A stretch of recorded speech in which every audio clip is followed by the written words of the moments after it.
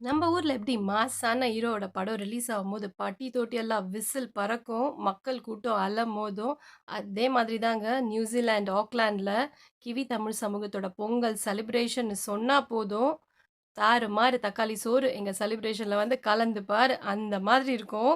வினீத் அக்கா மாஸா கெத்தா குடுப்பாங்க செலிப்ரேஷன. அதே மாதிரி தான் இந்த வருஷமும் அட்டகாசமா நடத்திட்டாங்க பொங்கல் செலிப்ரேஷன. கூடவே நித்யாக்காவோட கேட்டரிங்க சொல்லவே வேணாம். அட்டகாசமா இருந்தது சாப்பாடு.